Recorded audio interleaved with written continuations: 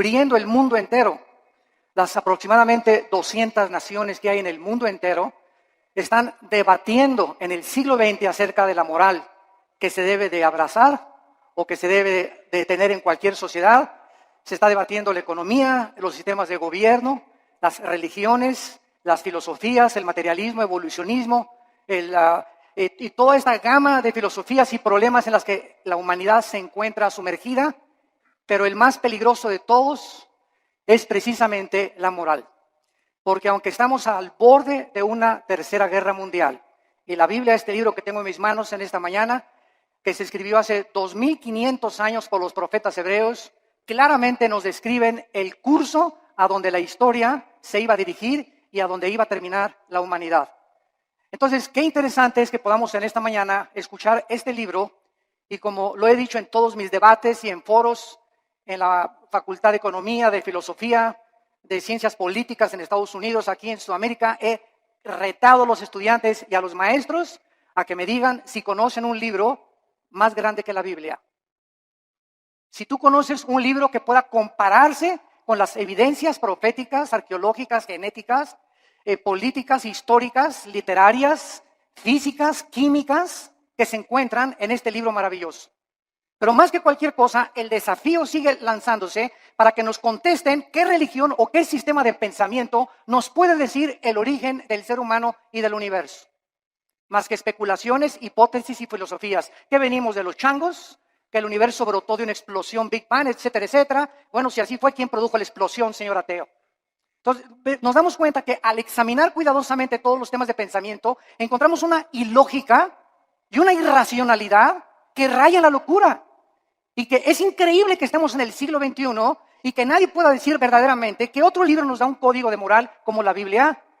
¿Quién es el ser humano? ¿Quiénes somos realmente? ¿Hay vida después de la vida? ¿Realmente Jesucristo fue Dios? Y si Él era Dios, ¿realmente Él dijo la verdad y el camino y la vida como Él dijo que lo era? Y si tenemos nosotros este libro en esta mañana, delante de nosotros haríamos bien al darnos cuenta que somos la primera generación en poder destruirnos en 30 segundos. Y ahorita ya se habla en este mes en que nos encontramos de septiembre del 2015 de una guerra mundial, donde Rusia está ya aterrizando helicópteros en Siria, Estados Unidos está siendo provocado, Corea del Norte está provocando, la China está provocando, las naciones cada vez entran más en conflicto, el Medio Oriente continúa siendo una olla hirviendo, donde las naciones están tratando de apoderarse de la producción petrolera, que son el 65% de las reservas petroleras que se encuentran en 3 naciones del Medio Oriente, y el mundo está como loco y la sociedad ha perdido completamente la brújula, principalmente cuando sabemos que la familia es el núcleo y el fundamento de toda sociedad. El 7 de septiembre de 1864, el presidente Abraham Lincoln recibió un regalo de una delegación de negritos norteamericanos, y el regalo que le entregaron a Abraham Lincoln era una Biblia.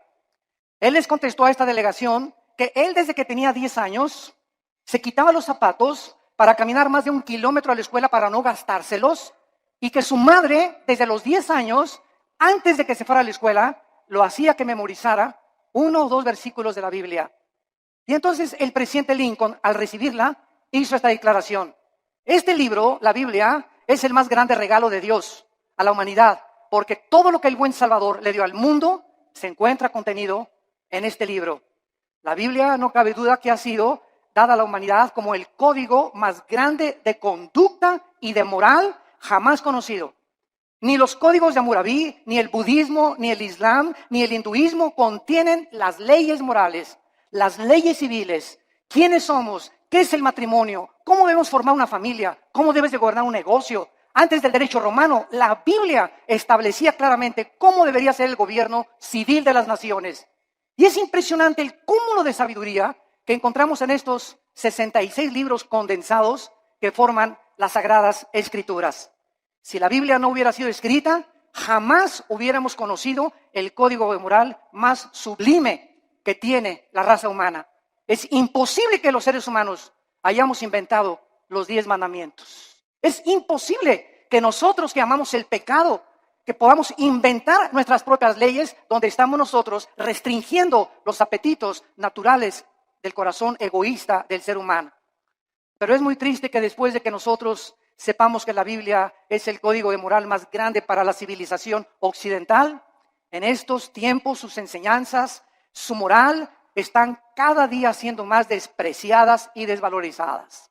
La cultura y la sociedad se encuentran cada día hundiéndose sin que nosotros nos demos cuenta. Desgraciadamente, muchas religiones e iglesias acompañan a que si la moda es esta, nos acomodamos a la moda. Si las canciones de la moda son estas, nos acomodamos a la moda. Si la moda es que las mujeres se vistan con escote y con pantalones apretados, la iglesia también tiene que acomodarse a la moda. Desgraciadamente, no se nos ha olvidado que somos una nación diferente, somos un pueblo adquirido por Dios para poder ser diferentes precisamente a donde va la cultura de la sociedad común y corriente. Y esta es la razón por la cual nos está pasando, como decíamos hace mucho tiempo, el fenómeno de la rana. Que si tú tomas una rana y la metes en una olla con agua hirviendo, la rana al calentarse el agua, en lugar de que brinque para no hervirse junto con el agua, la rana se queda en la olla porque la temperatura de su sangre se adapta a la temperatura del agua. Y así estamos en la sociedad que nos rodea, en el pleno siglo XXI, acostumbrándose. Mi esposa y yo veníamos platicando esta mañana en la carretera. Es increíble ya en la televisión, ya se hacen mentadas de mamá, ya se aceptan las mentadas de mamá, ya las dicen en el radio, las dicen en la televisión, hablan de masturbación, hablan de sexo. A las mujeres en los programas de televisión las toman de sus partes más íntimas, cuando todo esto hace 5 y 10 años era imposible. Cada día nos acostumbramos de que ya es normal la inmoralidad, la depravación en la que se encuentra la sociedad. Hemos llegado al punto cultural donde cada quien hace lo que bien le parece ante sus ojos. El diccionario Larousse, enciclopédico, escuchen. ¿Saben ustedes cómo define la moral? El diccionario Larousse enciclopédico dice así: la moral es lo relacionado a las costumbres o a las reglas de conducta. Damas y caballeros, número 1. ¿Quién va a establecer estas reglas de conducta? El diccionario Larousse continúa diciendo, la moral es lo que es favorable a las buenas costumbres y al deber. Bueno, hay pueblos donde las buenas costumbres, ¿verdad?, es matar. Hay culturas como los nazis, que para ellos era eliminar a los judíos. Hay sociedades como las de Benito Mussolini, el fascismo en Italia, donde se degollaba. Muammar Gaddafi en Libia mataba a su propia gente, en el mundo que vivimos. Entonces, si la moral es lo relacionado a una regla de conducta, esta es la pregunta: ¿quién va a darnos esa regla de conducta? ¿Quién va a determinar finalmente qué es el bien y qué es el mal? ¿Nosotros? Porque para muchas personas ser homosexual es normal, es su estilo de vida. No te metas conmigo, esa es mi vida y yo así soy feliz. Y para ti no. Para otras personas el robar es su forma de vida. Para otras personas el narcotráfico es su forma de vida. Para otros el adulterio. Y tienen 3, 4, 5 esposas, deportistas, artistas, políticos, etcétera, etcétera. Porque esa es su moral. Para los ateos su moral es no creer en nada, ser materialistas. Entonces, esta es la pregunta, la incógnita más grande por la cual Dios nos dejó la Biblia, porque dice la Biblia que Él es el único legislador de la moral. Los seres humanos es imposible que nosotros determinemos lo que es bueno y lo que es malo, porque caemos en el relativismo, donde lo que es bueno para ti, para mí es malo, lo que es malo para mí, para ti es bueno. Entonces, cada quien viva de acuerdo a como le dé la gana. Isaías, hace mucho tiempo, el profeta, había dicho en el capítulo 5, hay de los que a lo bueno le dicen malo y a lo malo le dicen bueno. El impacto de la Biblia ha sido tan grande en la cultura occidental que fue la Biblia la que ayudó a la nación norteamericana, que se había extraviado completamente, y la hizo regresar a sus 5 sentidos a través de la lectura de la Biblia cuando se sumergieron en la esclavitud. La esclavitud en los Estados Unidos de Norteamérica fue una de las épocas más inexcusables de la historia de la nación, pero fue el mensaje de la Biblia, impregnado en la conciencia de Abraham Lincoln, la que dirigió abolir la esclavitud. En Inglaterra, William Wilberforce, en 1833, miembro del Parlamento británico, hizo una larga cruzada contra la esclavitud basada en la Biblia. En 1835, 2/3 partes de los miembros del Parlamento británico eran pastores. 2/3 partes del Parlamento británico eran hombres de Dios que tenían la Biblia como su única regla de conducta y de moral. Ahora, muy bien, una vez que nosotros comenzamos a cuestionarnos que no podemos nosotros crear nuestra propia moral, este es el principal argumento de muchos ateos y humanistas con los que nos hemos enfrentado en debates. Ningún ser humano podría crear su propia moral, porque si lo hace, se colocaría en el lugar de Dios. O sea, yo tengo la omnisciencia, tengo el conocimiento del mundo, yo sé perfectamente bien qué es bueno y qué es malo, y nadie me tiene que decir lo que sucede con mi vida. Esto fue lo que sucedió con los nazis, con José Stalin, con Mao Zedong, con Idi Amin, con Saddam Hussein, con Friedrich Nietzsche, con Bertrand Russell, con Jean-Paul Sartre, con Carlos Sagan, etcétera, etcétera. Todos estos ateos intentaron establecer su propio código de conducta y de moral que los llevó a la desesperación, a la confusión, a la depresión y a la muerte de más de 100 millones de personas en el siglo XX. La muerte de más de 100 millones de personas en el siglo XX, el siglo más sangriento de la historia, donde alcanzamos los niveles más altos de la ciencia y de la tecnología y descubrimientos científicos, aunado a ser el siglo donde más sangre, donde más guerras se han derramado y más revoluciones. Y esto es una contradicción, es una paradoja. ¿Cómo es posible que el ser humano se cree inteligente, lleguemos a la luna y en la época del cibernet y el iPhone, etcétera, etcétera, sin darnos cuenta que interiormente nos estamos desintegrando moralmente? Y este es el engaño más grande de creer que si por afuera hay dinero, y por afuera hay aplauso, y por afuera hay alabanza, y por afuera hay honor, y títulos, y estatuas, y doctorados, y licenciaturas, por dentro la mayor parte de estas personas son personas desintegradas en su carácter, donde moralmente destruyeron su familia, no les importaron sus hijos, alcanzaron el mundo y van a perder su alma si no se arrepienten antes de que la muerte les sobrevenga.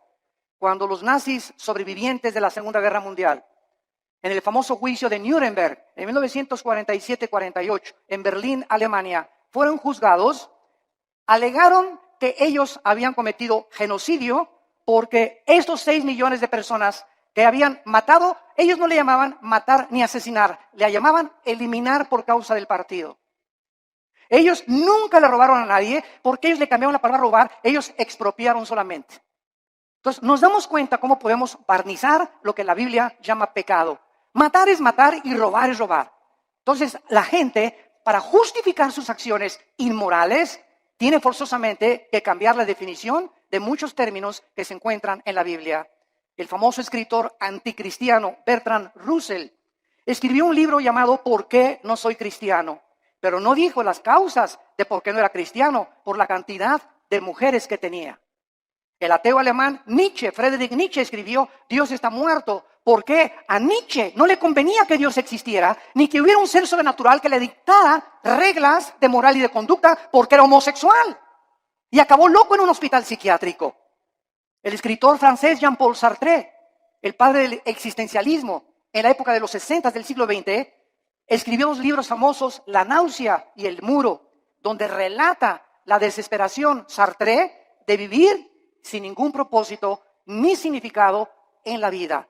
Antes de morir, Sartre le dijo a su esposa, a su hija en los 60, hija, he vivido durante mucho tiempo atacando a alguien que no existe, gastando mi intelecto y mis emociones y mis sentimientos, luchando contra aquellos que creen que sí existe. Y al final de mi vida, reconozco, y fue muy honesto Sartre, dijo Sartre, reconozco que al final de mi vida he desperdiciado, porque hasta este momento mi filosofía nunca me ha permitido descubrir para qué nací, mi propósito, ni la razón de mi vida. Muero conforme a lo que dije en mi libro, la vida es una náusea. La pregunta consecuente es, ¿qué moralidad entonces podemos seguir si nosotros podemos escoger la moralidad? ¿La de Dios o la del ser humano? ¿Cuál sigues tú? ¿Cuál es el tipo de conducta que tú llevas en la vida?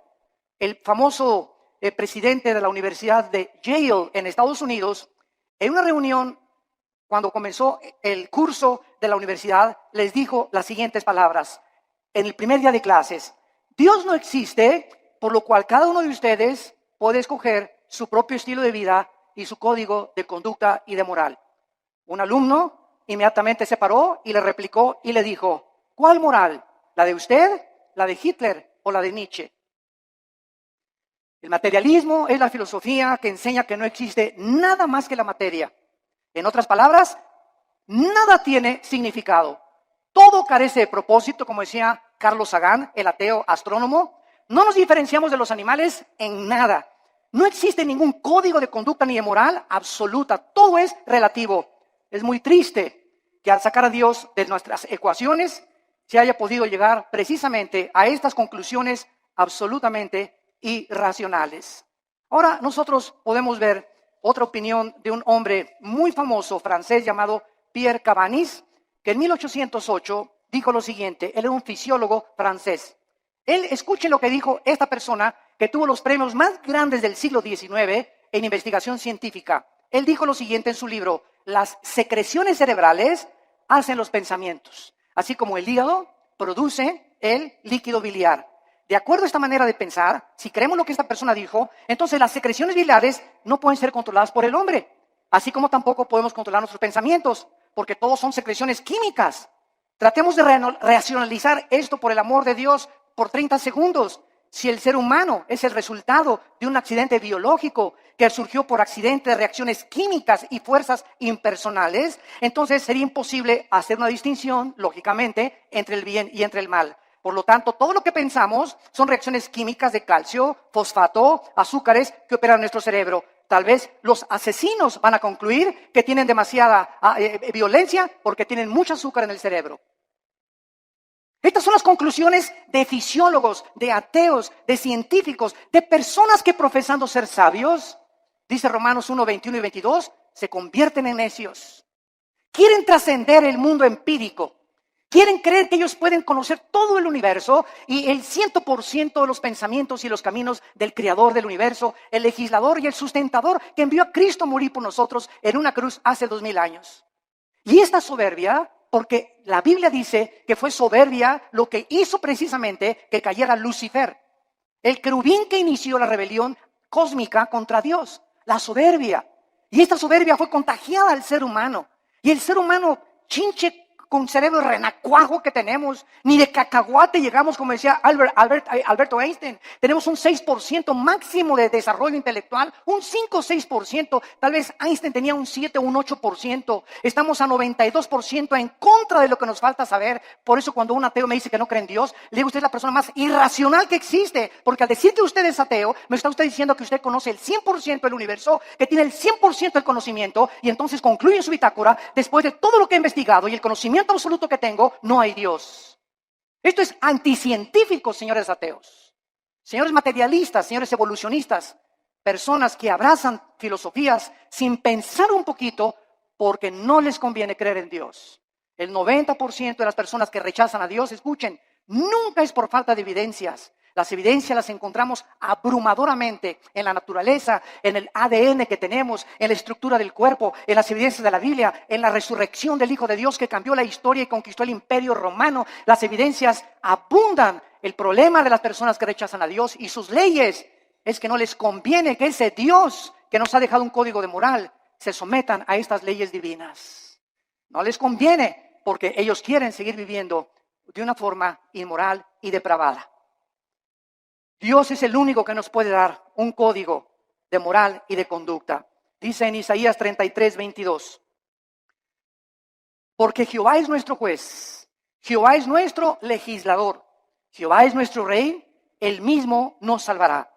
Dice en Isaías 10, versículo 1 y 2, aquellas personas que se atreven, como los 5 jueces en Estados Unidos que acaban de dictaminar que el matrimonio gay es completamente legal en los 50 estados de la Unión Norteamericana, dice la Biblia en Isaías 10, del 1 al 2. ¡Ay de los que dictan leyes injustas y prescriben tiranía! Para apartar el juicio de los pobres, para quitar el derecho a los afligidos, para quitar a mi pueblo, despojar a las viudas y robar a los huérfanos. Estos 5 hombres se han atrevido. Eran 9 los jueces de la Suprema Corte de Justicia, 4 en contra, 5 votaron a favor. 5 hombres dictaminaron de la noche a la mañana su moral y la impusieron en más de 300 millones de norteamericanos. 5 hombres. Cuando más de la mitad del pueblo norteamericano está en contra de esto. Esto es impresionante.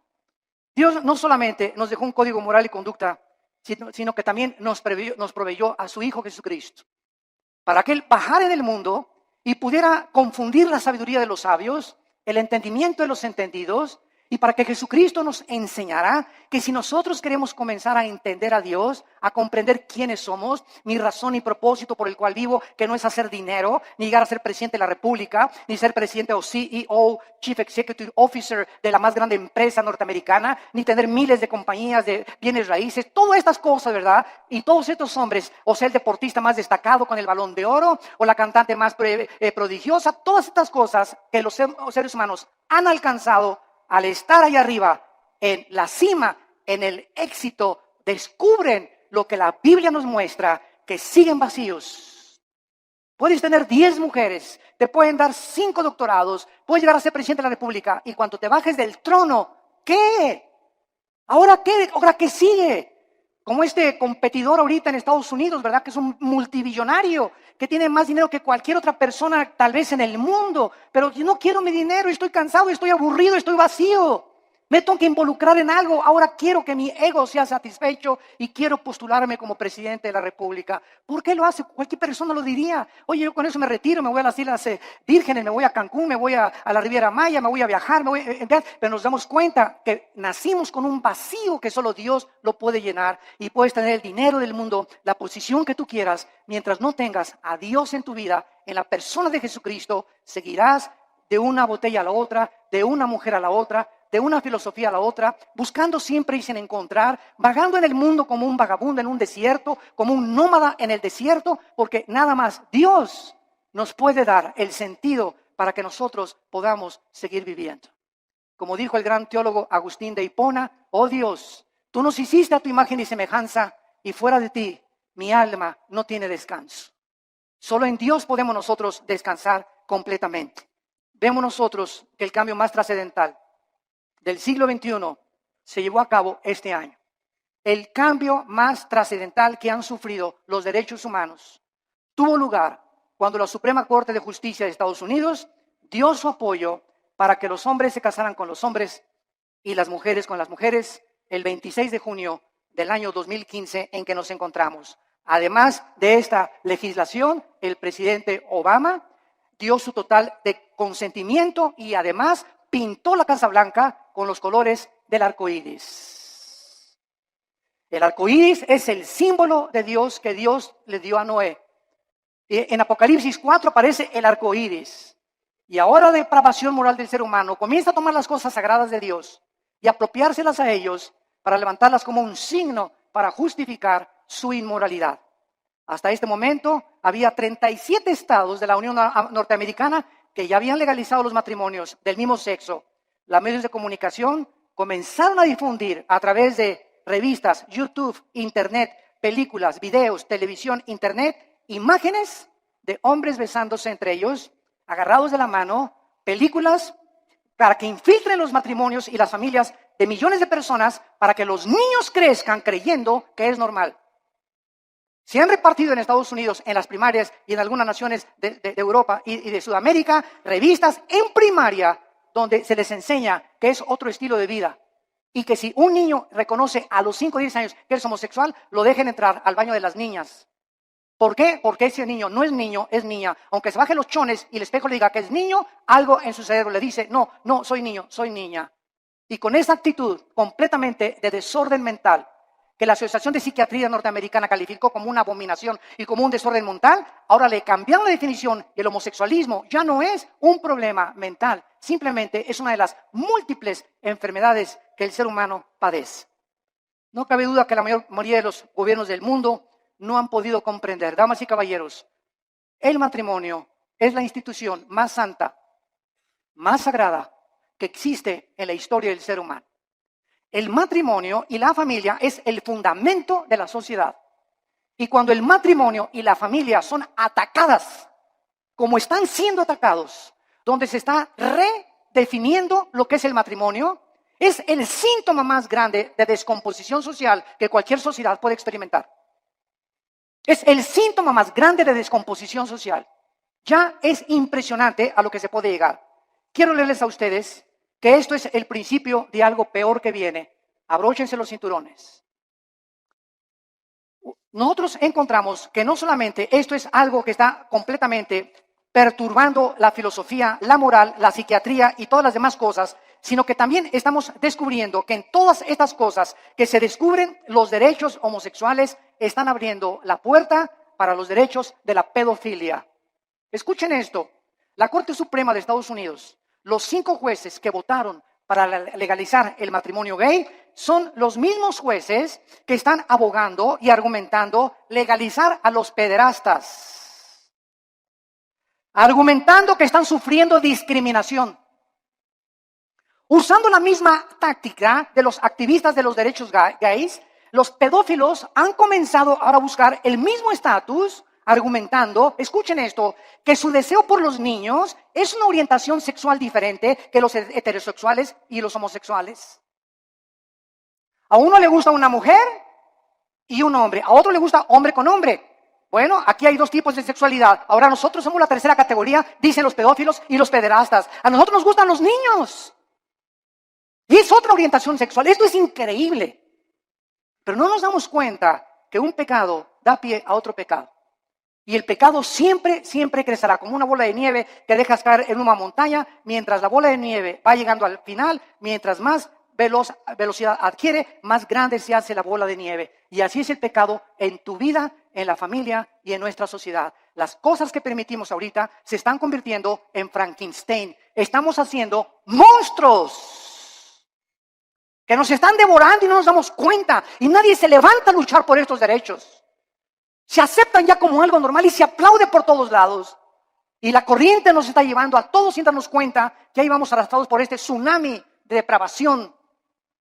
Y la Biblia dice, como en los tiempos de Noé, así será la venida cuando Cristo regrese.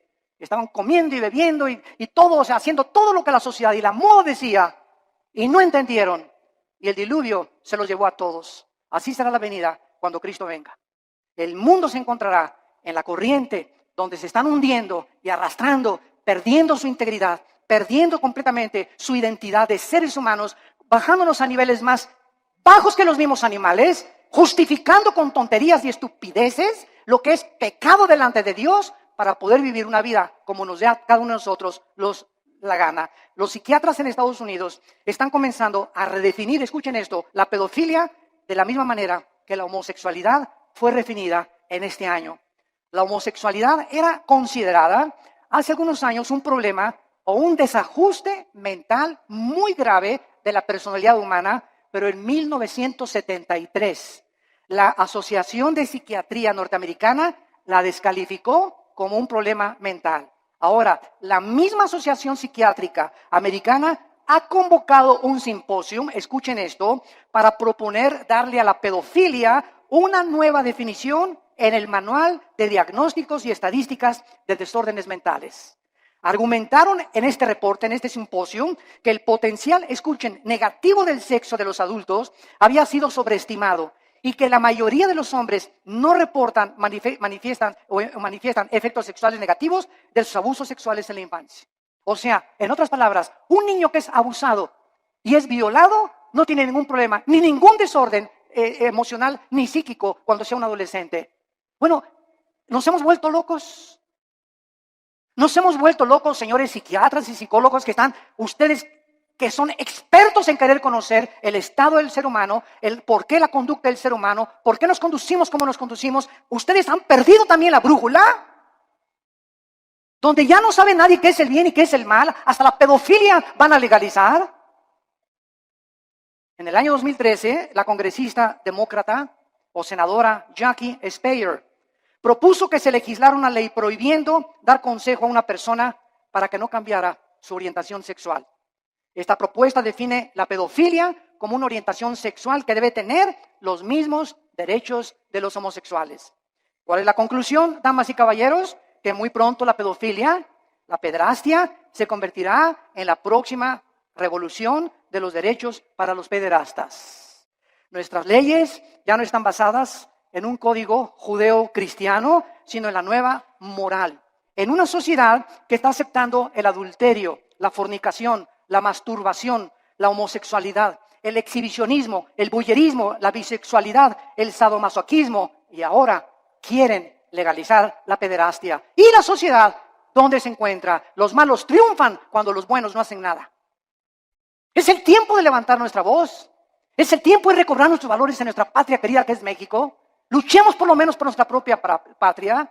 Tratemos de hacernos escuchar en la Cámara de Senadores, en la Cámara de Diputados, en los gobiernos, en los partidos, con los psicólogos, y demostrarles la locura que han abrazado y que amamos la familia y amamos el matrimonio y que tenemos que luchar por nuestra familia y nuestros hijos, porque la familia es el tesoro más grande que Dios nos ha dado. Y el día que tú pierdas el amor por tu familia, has perdido todo completamente en la vida, porque te conviertes en un ególatra total, en una persona donde ya no le interesa absolutamente nada más que tus propios intereses personales, tu empresa y las cosas que pueden edificar tu ego. Acabará finalmente el núcleo familiar devastado y destruido por la perversión irracional e inmoral de la raza humana. ¿Hacia dónde queremos que vamos a acabar? ¿A dónde creemos que vamos a llegar con estas leyes donde el diseño de la familia está siendo destruido? ¿Qué seguirá después de la pedofilia? ¿La poligamia? ¿También se va a legalizar tener 3 o 4, como la religión mormona lo permite, 3 o 4 esposas? La mayoría de la humanidad no tiene ni siquiera concepto de quién instituyó el sagrado vínculo del matrimonio, ni con qué propósitos. El matrimonio no es un invento de los seres humanos. El matrimonio fue instituido por Dios en la Biblia. Desde el capítulo 2 del Génesis, Dios dijo: dejará el hombre a su padre y a su madre, se unirá a su mujer, no a Pancho, ni a Roberto, ni a Carlitos. Se unirá a su mujer del sexo opuesto y se unirán los dos. Y esta es la razón, dice la Biblia, por la cual le di órganos sexuales al hombre, órganos reproductores sexuales a la mujer. Al león lo hice león, a la leona la hice leona, al chango y chango, a la changa y changa. La misma naturaleza nos muestra que es antinatural. Nunca verás a un león arriba de otro león, ni a un hipopótamo arriba de otro hipopótamo, ni a una jirafa arriba de otra jirafa. A menos que tengan el sexo combinado. O que también el sexo es otro accidente en la naturaleza, señores materialistas evolucionistas. ¿Es otro accidente también? Si no nos conformamos al código moral, veamos la naturaleza. ¿Por qué existen los sexos? ¿Apareció también por accidente el sexo? O sea, como le dije yo a un maestro evolucionista en una universidad, usted se burló conmigo y me dice: ¿usted es de los que cree que venimos de Adán y Eva? Y le dije: ¿usted es de los que cree que venimos del chango? Y me dijo: ¿a qué se refiere usted? Le dije: los evolucionistas y los materialistas, escuchen bien, no tienen una sola evidencia científica de una mutación de una especie a otra especie. Han pasado más de 150 años del libro de Darwin, El origen de las especies, y hasta este momento nunca se ha encontrado una mutación entre una especie y otra especie. Es una teoría que es aceptado como una verdad, porque así lo dijo Goebbels, el ministro de propaganda de los nazis. Cuando una mentira se propaga 100 años, se acaba aceptando como una verdad.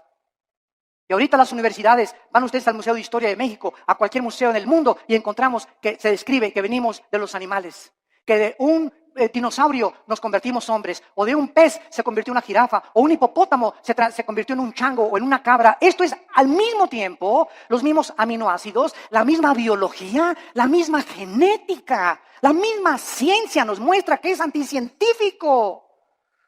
¿Pero por qué lo abrazan? ¿Por qué lo creen? Repito, porque no tienen otra alternativa. No saben qué explicarle a la gente. Porque el día que digan que no es cierto, tienen que aceptar la Biblia. Porque es la única opción que se les presenta. Y es tan grande la soberbia intelectual de los maestros y de los científicos que es una humillación decir: estábamos equivocados y la Biblia tenía la razón.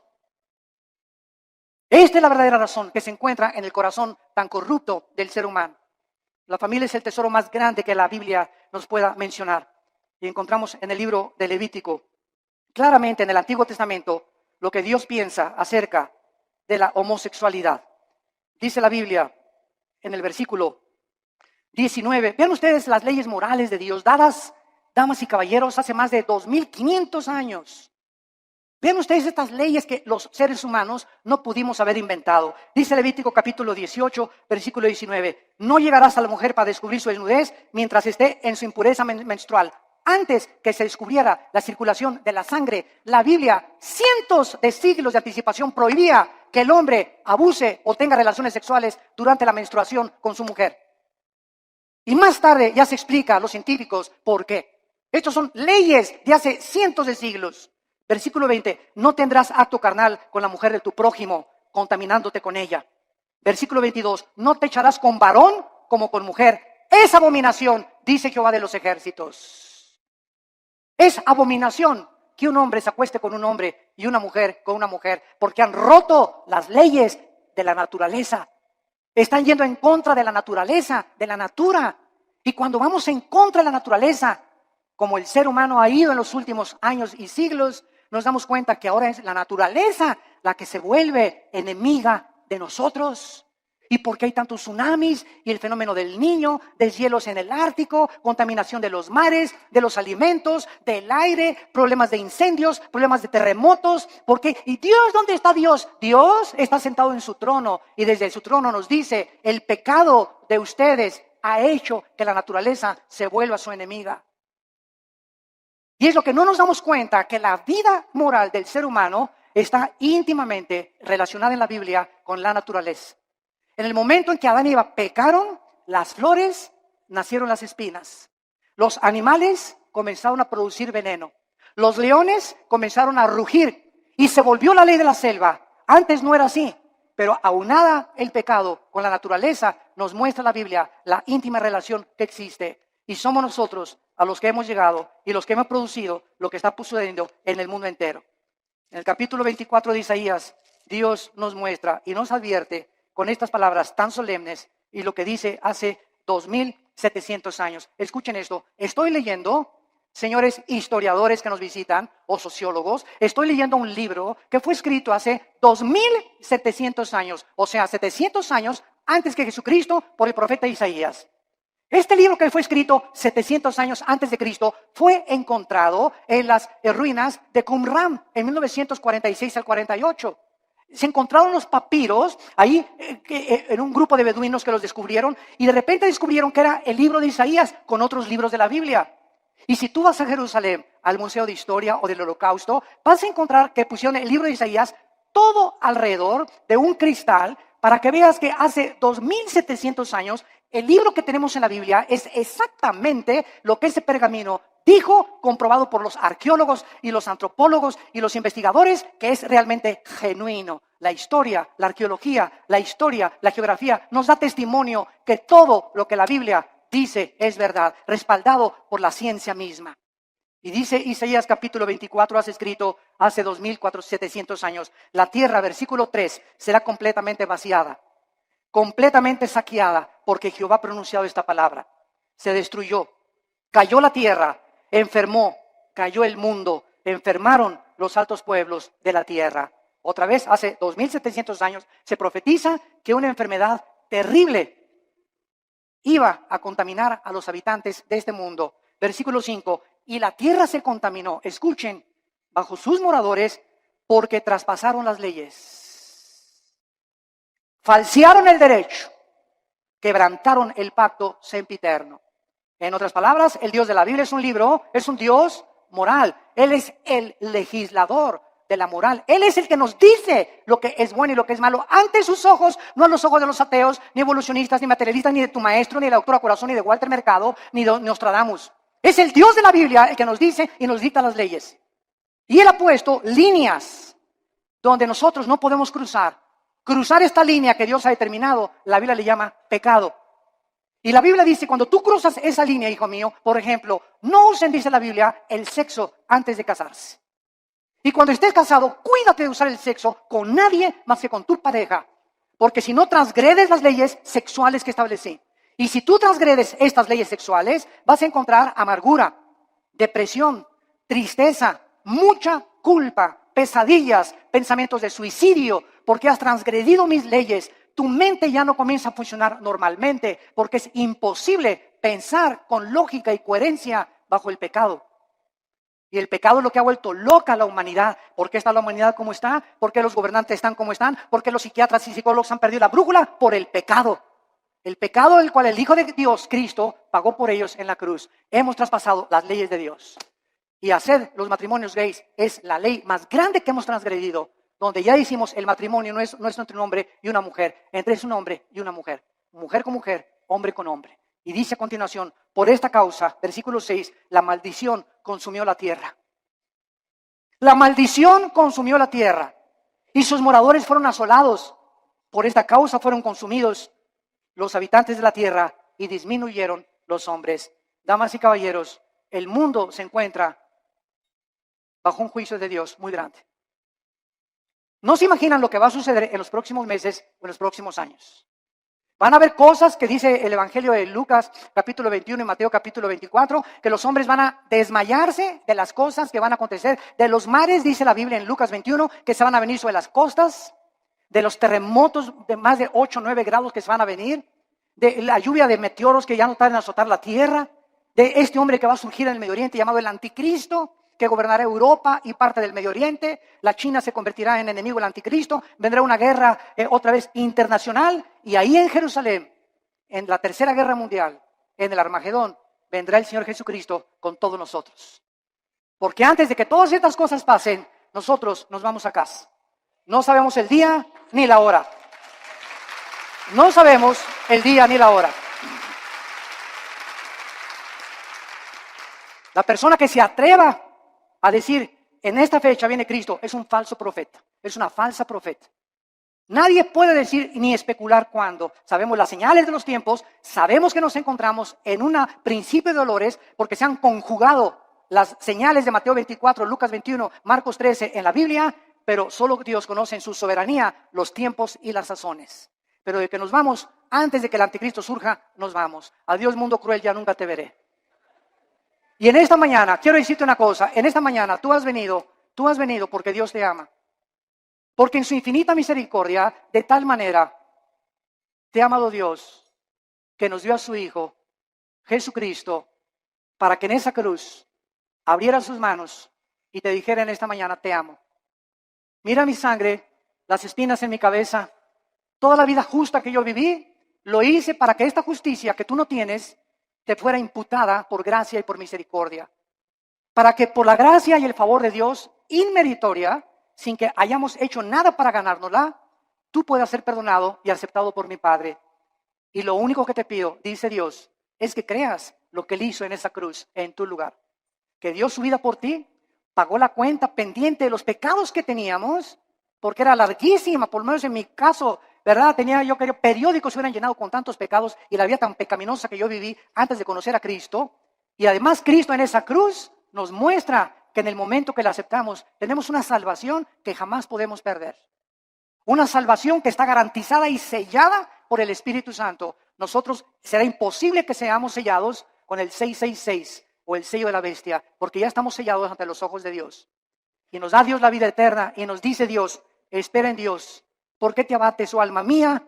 No te abates, no te desanimes, espera en Dios, porque aún le hemos de alabar. Vienen mejores tiempos para nosotros, las tinieblas cubrirán la tierra, pero en nosotros la iglesia resplandecerá la luz para los que quieran vivir cerca del Hijo de Dios. Este es el tiempo de arrepentirte. Yo te invito en esta mañana que te arrepientas de tus pecados. ¿Qué cosa es el arrepentimiento? Es ir caminando en este sentido y oyes la voz de Dios que en esta mañana en la Biblia te ilumina y te das una vuelta de 180 grados. Completamente al contrario y comienzas ahora a seguir a Dios, a darle la mano a Dios y confiar que en su poder Él va a poder darte esa vida abundante que nos vino a prometer. Tú solo tienes que creer y aceptar este regalo por la fe en tu corazón.